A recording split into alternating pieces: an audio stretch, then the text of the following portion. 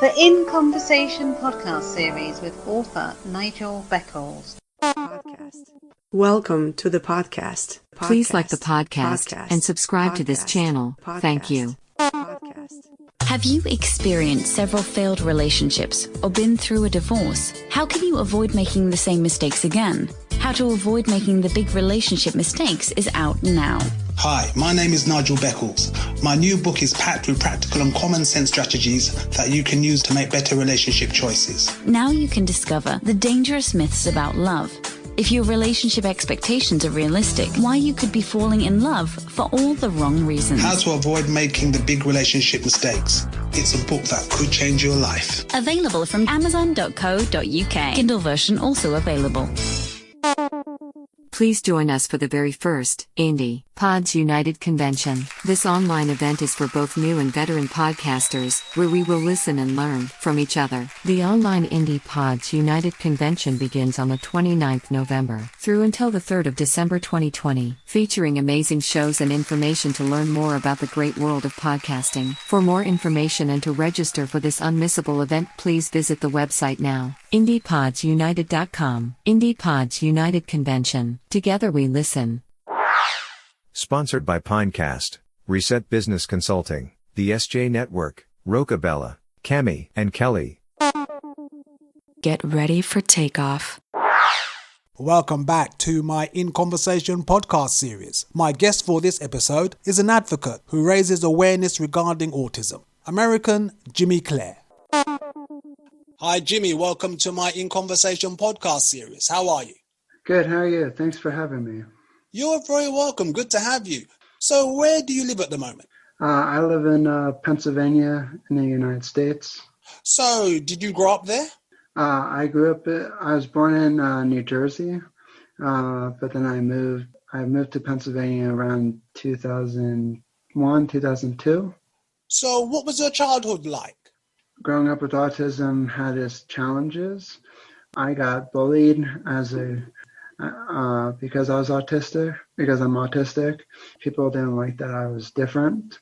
I was more bullied back in because I have spinal stenosis in my neck. These bullies had this stupid neck slapping game. All they did was slap necks, and if I get whiplash in my neck or somebody hit me the wrong way on the neck, like with severe impact and force, I can be paralyzed from the neck down. When did you discover you were autistic or on the autistic spectrum? Maybe around high school. I went to my own IEP meetings, and then that's when I started finding out some stuff. But like in middle school, my mom did a lot of advocating for me in elementary school. So like I knew people were talking about me. I didn't know all the words meant, like autism or accommodations or disabilities. I didn't understand all of that until high school, and I kind of appreciated that I found out for myself. So how old were you? I think my age was 16, 17. And obviously I had like different signs, like I said, gave me some hints in there, but I didn't really put the pieces together until later on because one, I wasn't really that interested, and two, I didn't care if I was different than other people, and I still don't. So would your diagnosis, would that be quite late for someone who is on the autism spectrum in terms of diagnosis? Well, I was diagnosed back in like early elementary school. Just me finding out myself and understanding all of it, I don't think that's late at all. I kind of just like all the information that what people said of me, I had to go through one ear and out the other. And so I kind of paid attention. I kind of didn't pay attention. And I kind of didn't like people just like talking about me. Like I was in the room, but they were just talking amongst each other. It's like, well, Jimmy is this and this. And I'm like, hi, I'm right here. Anybody want to include me on this conversation? There's like, here, go back to do what you're doing. And I was like, okay. I was like, I just showed up into this doctor's office. I went to see her maybe 4 or 5 times. She showed me different stuff. And after the diagnosis, she said it to my parents that He's autistic, and he has a long list of things that he won't be able to do. But then later in life, now that I'm older, I think, I don't remember the whole exact list because it's way too long. I think I overcame all those challenges, basically. Well, you mentioned challenges. What are some of the challenges of being autistic? Well, for me, making friends. So I had some people who told me was also told that I kind of have I wouldn't say I have a dark sense of humor, but sometimes it could get dark. I mean, not like dark, like anything like terrible, like suicidal or anything. I mean, like another challenge is was asking me for people for help. I was never good at asking people for help when I was younger. I knew what I wanted help with, or sometimes I didn't know what I needed help with. And I was like, how do I ask somebody for help? And I might kind of like have a meltdown because I didn't know how to express myself, and I expressed myself in the wrong way.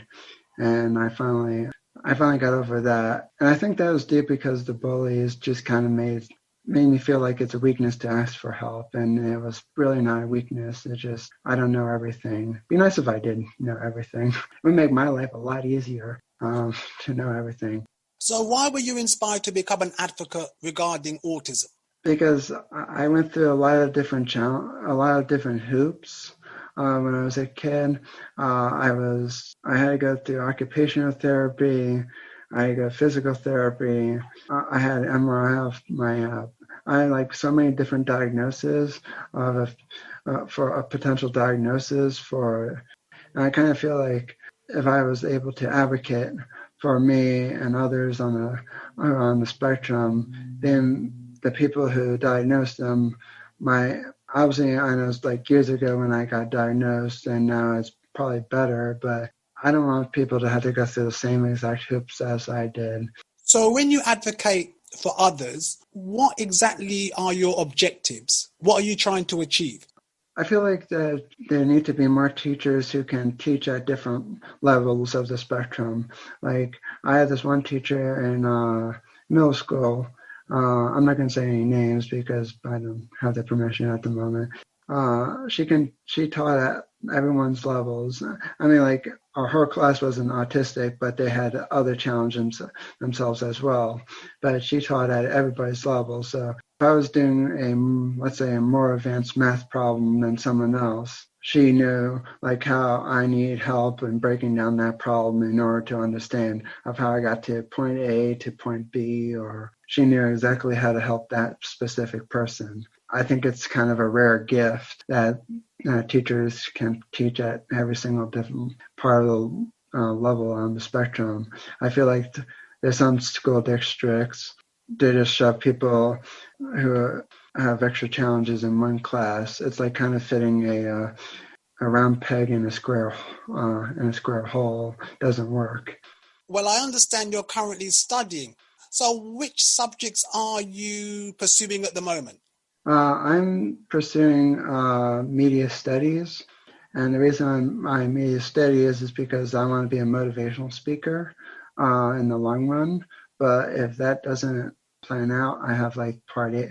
I have plan B and C and D to go along with. So at least it's be something that I still want to do.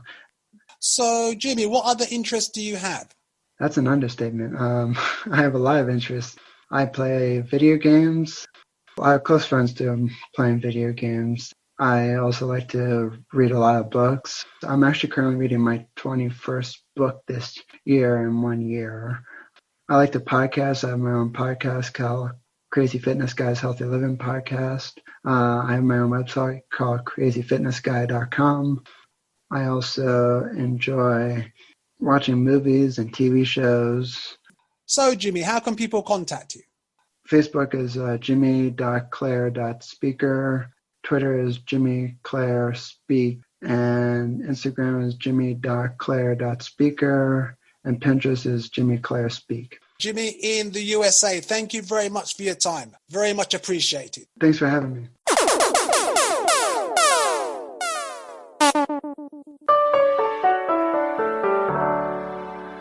Thank you for listening. Please like and subscribe. Another In Conversation podcast coming soon.